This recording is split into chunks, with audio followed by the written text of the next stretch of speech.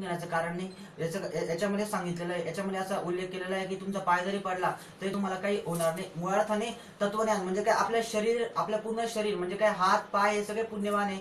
हे हात पाय सगळं काही पुण्यवान आहे, त्यामुळे आपले पाय जरी गेले तरी आपल्याला काही पाप किंवा काही व्यर्थ काही होणार नाही म्हणून सांगितलेलं आहे. हे सगळे चक्र सांगितलेले आहे, सगळे चक्र दिलेले आहे आणि या सगळ्या चक्रामध्ये त्या दृष्टिकोनातून ते अर्थ सांगितले, म्हणजे काय वैज्ञानिक रूपाने अर्थ सांगितलेला आहे.